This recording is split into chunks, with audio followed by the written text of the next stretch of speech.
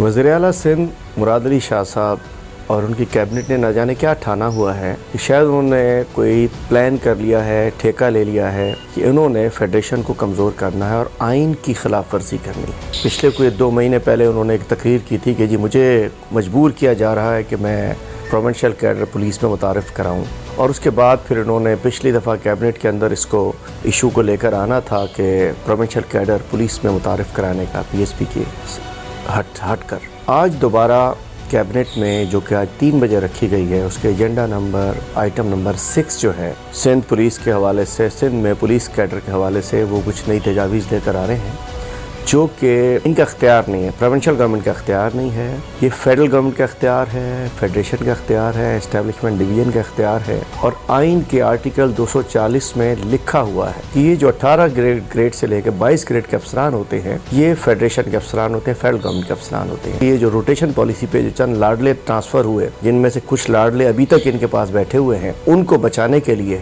इन्होंने ये ओछी हरकतों पे उतर आए हैं। क्या कसूर है अगर सिंध के कुछ पढ़े लिखे नौजवान और पढ़े लिखे अफसरान अगर अच्छे गरीब घरानों से आगे जाकर अगर वो 22 ग्रेड में पहुंच गए हैं, SP बन गए, DIG बन गए, एडिशनल IG बन गए, IG बन गए, तो आपको क्या तकलीफ है? आप चाहते हैं कि आपके हैंड पिक्ड लोग वही आए और वही आगे तरक्की करें।